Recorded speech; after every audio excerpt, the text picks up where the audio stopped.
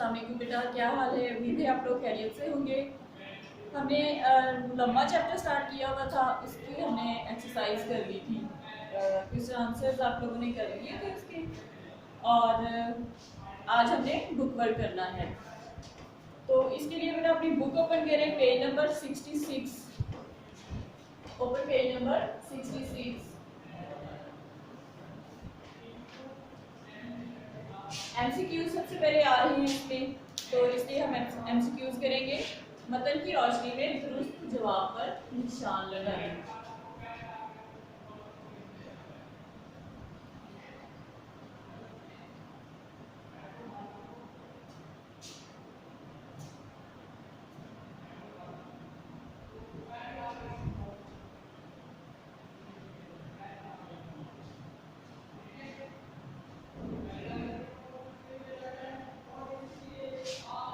अपनी book open करें, ये अपने बुक के ऊपर ही सॉल्व करना है बेटा, तो इसलिए बुक लाजमी ओपन करें और मैं आपको बोर्ड पे करवा रही हूँ, साथ साथ आप इसको सॉल्व करते जाइए। सवाल नंबर 2 में पहला है अलिफ। एमसीक्यू अलिफ है। सबक मुल्लमा के माखिज का नाम क्या है?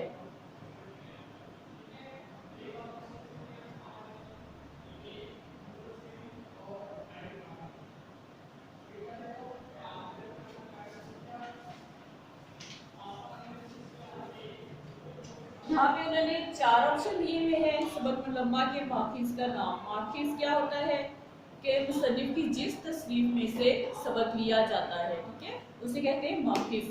अब यहाँ पे उन्होंने किस तसनीफ में से ये सबक मुल्लमा अफसाना जो है किस तसनीफ में से लिया गया है, अफसानों के मजमूए में से। तो यहाँ पे उन्होंने 4 ऑप्शन दिए हैं। नंबर 1 है वो लोग, नंबर 2 सब अफसाने मेरे, और नंबर 3 हाय अल्लाह, और नंबर 4 है चोरी छिपे। तो इसमें राइट ऑप्शन क्या है? सेकंड ऑप्शन जो है उसको आप टिक करें। सेकंड ऑप्शन को टिक करें बेटा, सब अफसाने मेरे।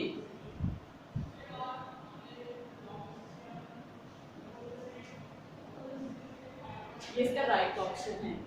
उसके बाद है बे।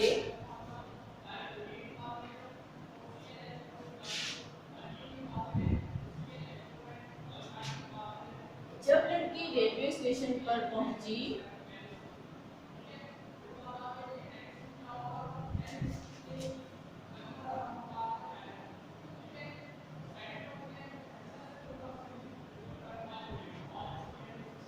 तो गाड़ी आने में कितनी देर थी?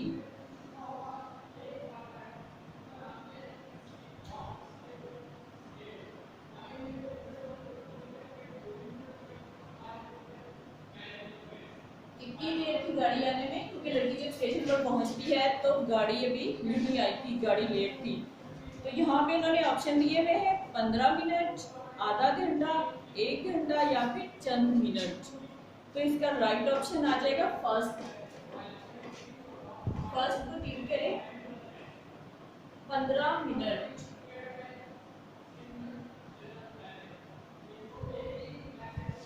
15 मिनट इसके सही राइट ऑप्शन है। जीम सबक मुल्लमा।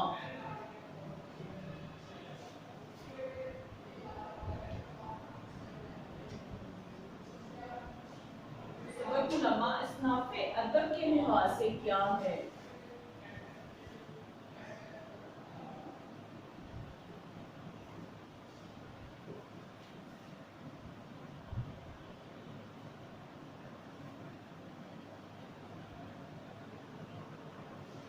जैसे मैं आप लोगों को करवाती हूँ कि मुसन्निफ के सिन्फ के बारे में, माखिज होता है कि किस किताब से किस तसनीफ से वो सबक लिया गया है, लेकिन जो सिन्फ होती है, सिन्फ ये होता है कि जो मुसन्निफ है उसकी नोयत क्या है लिखने की। वो नावल लिख रहा है या फिर वो अफसाना लिख रहा है या कहानी लिख रहा है या मजमून लिख रहा है, तो उसी के हिसाब से उनकी सिन्फ होती है। अब ये क्योंकि जो है अफसाना है, ठीक है, तो इसको हम अफसाने को टिक करेंगे यहाँ पर। राइट ऑप्शन है अफसाना। सेकंड ऑप्शन को बेटा टिक करें, अफसाना।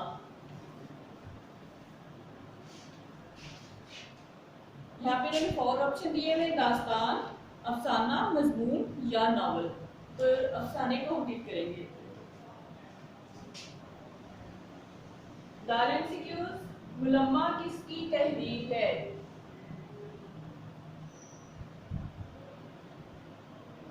यानी कि किस मुसन्निफ ने लिखा है, किसकी तहरीर है?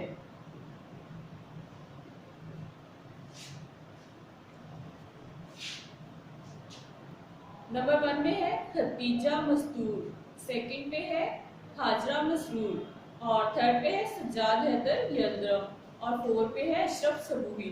तो इस लम्मा जो चैप्टर है, सबक है, इसके राइटर कौन है? हाजरा मसरूर। सेकंड ऑप्शन पर टिक करें, हाजरा मसरूर।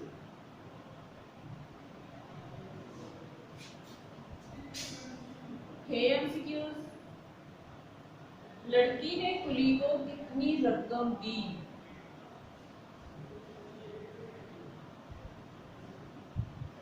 क्योंकि कुली ने उसका सामान उठा के डिब्बे तक पहुंचाया था, तो उसकी मजदूरी उसने उसको कितनी दी?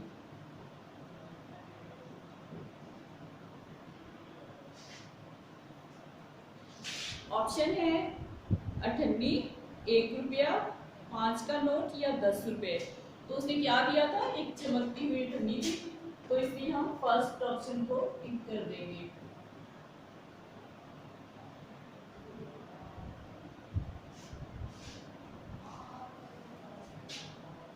वाओ एमसीक्यूज, लड़की के सफर का मकसद क्या था?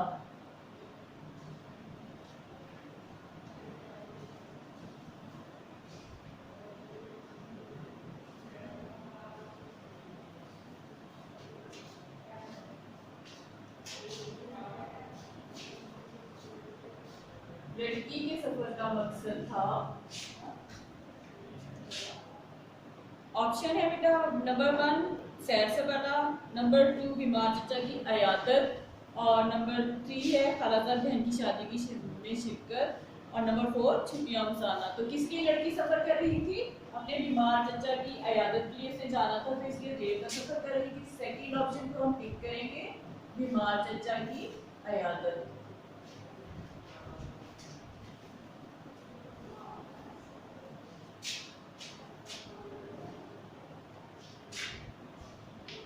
लास्ट एमसीक्यू जी, लड़की ने रेल का सफर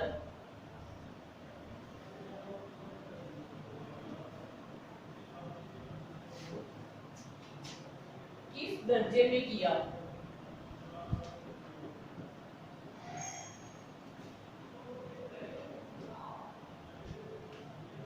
अब क्योंकि उसने टिकट तो लिया था थर्ड क्लास का, थर्ड दर्जे का, लेकिन उसने सफर किसमें किया था?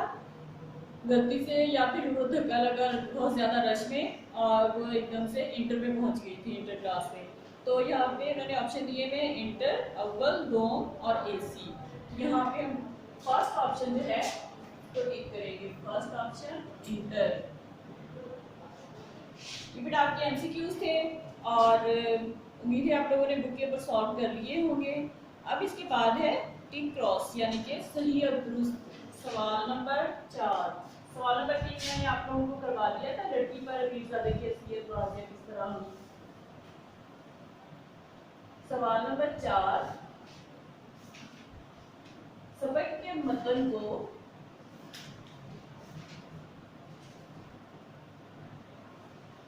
मद्देनजर रखकर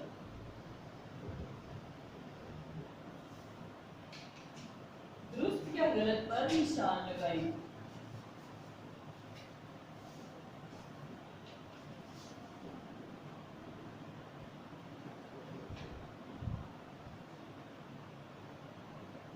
यानी कि दुरुस्त और गलत की नाम ने निशानदेही करनी है।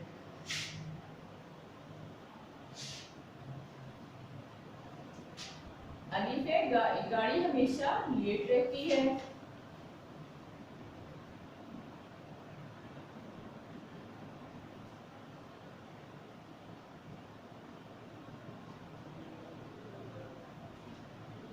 कुली ने कहा।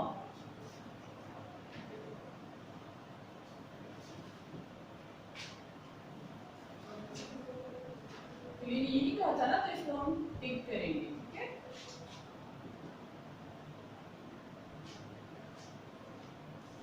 बे है, लड़की को मामू की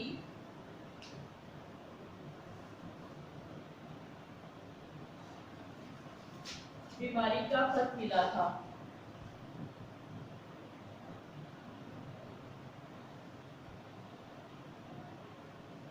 कौन बीमार था, किसकी इयादत के लिए लड़की जा रही थी? अपने चचा की। तो यहाँ उन्होंने क्या लिखा है कि मामू की बीमारी का, तो इसके सामने हम क्रॉस करेंगे इसको। जी देखिए बेटा, कुली 1 रुपए का सिक्का पाकर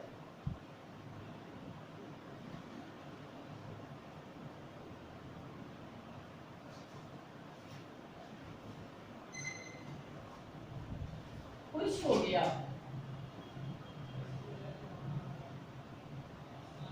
अब लड़की ने कितनी उसको मजदूरी दी थी?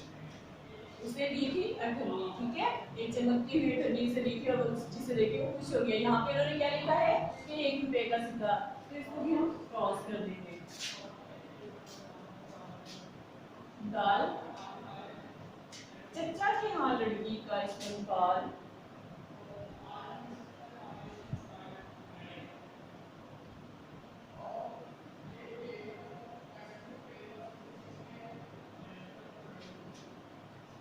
खुशी से किया गया।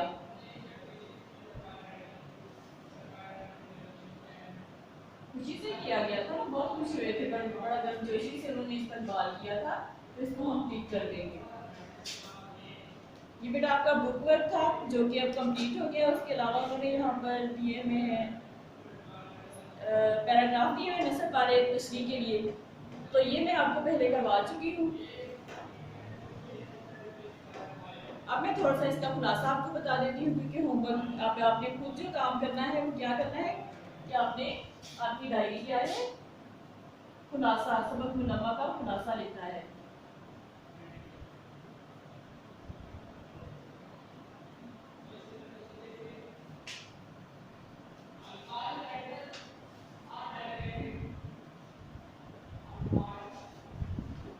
ये बेटा बहुत इंपॉर्टेंट सबक है, ये खुलासा जो है बोर्ड में आ चुका है, इट्स वेरी इंपॉर्टेंट।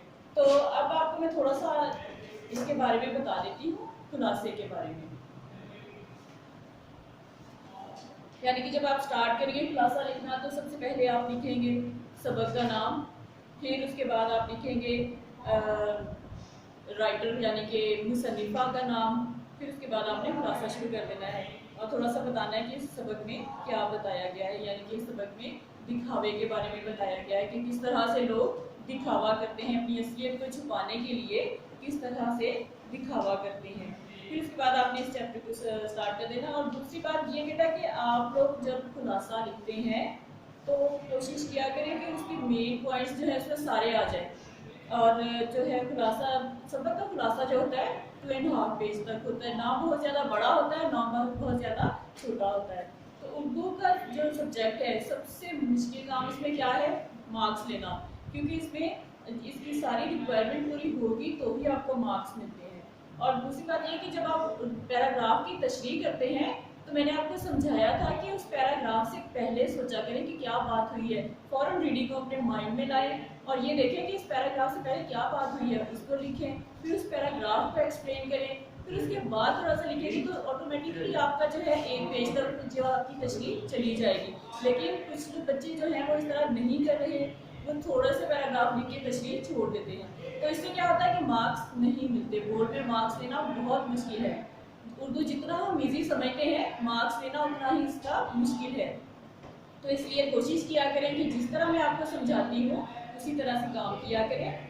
अब आप खुलासा जब लिखना शुरू करेंगे तो आप सबसे पहले बताएंगे कि लड़की जो थी वो, उसका चचा बीमार थे और उसकी वालदा ने कहा कि उनके चचा जो है हमेशा हमारे बुरे वक्त में काम आते रहे हैं, क्योंकि लड़की के वालिद नहीं थे तो उनके चचा जो थे, लड़की के चचा जो थे वो उनकी बहुत ज़्यादा मदद करते थे। वो उनके पास तो नहीं रहते थे लेकिन फिर भी वो उनके बहुत ज़्यादा उन्होंने साथ दिया था। तो अब उनकी तबीयत ख़राब थी तो लड़की की वालदा कहती है कि हमें भी किसी न किसी को उनकी इयादत के लिए जाना चाहिए। तो लड़की और उसका भाई छोटा था और लड़की उससे बड़ी थी।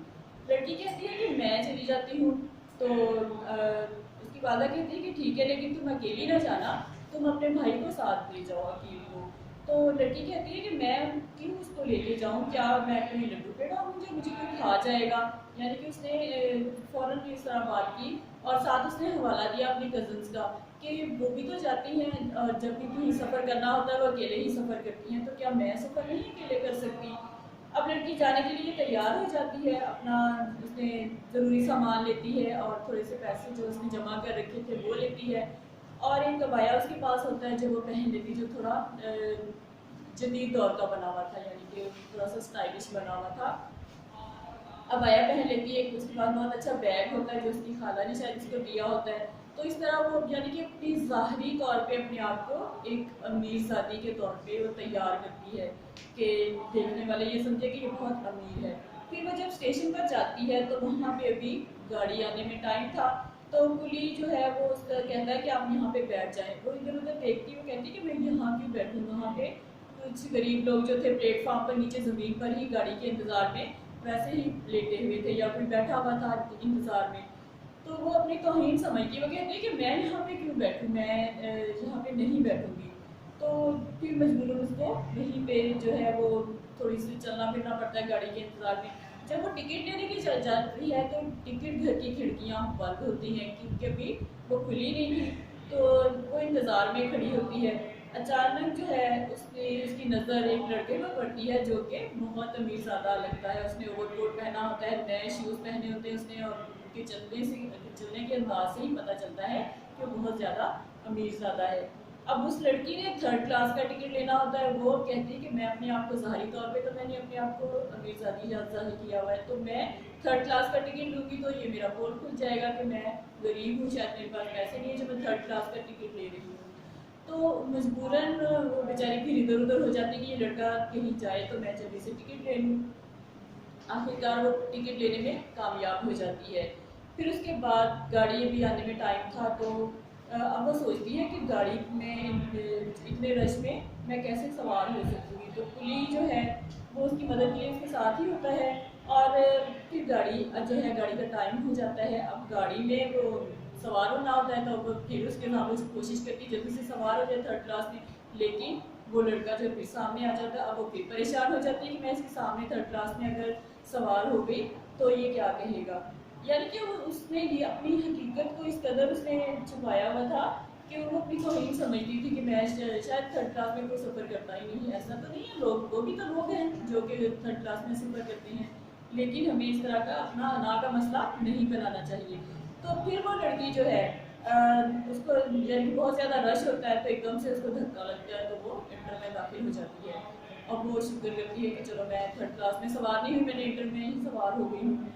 तो अब जब वो सवार होती है तो वहाँ पे डिब्बे का माहौल जो होता है वो बहुत ही अजीब सा होता है। वहाँ पे औरतें नीचे डिब्बे में ही, कोई सीट पे होता है तो कोई नीचे ही उन्होंने अपने सामान बिखेरे होते हैं और सीट पर खुद बैठे होते हैं, कुछ सामान अपना सीटों पर रखा होता है ताकि कोई और ना बैठ जाए। तो वो बेचारी फिर वहाँ पे परेशानी उसको होना पड़ता है, और फिर वो सोचती रहती है कि किस तरह से अभी चेकिंग वाले अगर आ गए टिकट चेक करने तो क्या बनेगा। लेकिन आखिरकार वो कामयाब हो जाती है और उसका जो है स्टेशन आ जाता है। अब वो उतरती है, फिर वहाँ पे ये होता है कि रेलगाड़ी में जब आप उतरें तो वहाँ से आपको टिकट जो है वो शो करवा के फिर आपको स्टेशन से बाहर जाना होता है। फिर वो परेशान होती है कि वो लड़का तो सामने आ गया है, तो मैं जो है उसके सामने अब थर्ड क्लास का टिकट मैं कैसे चेक करवाऊँ।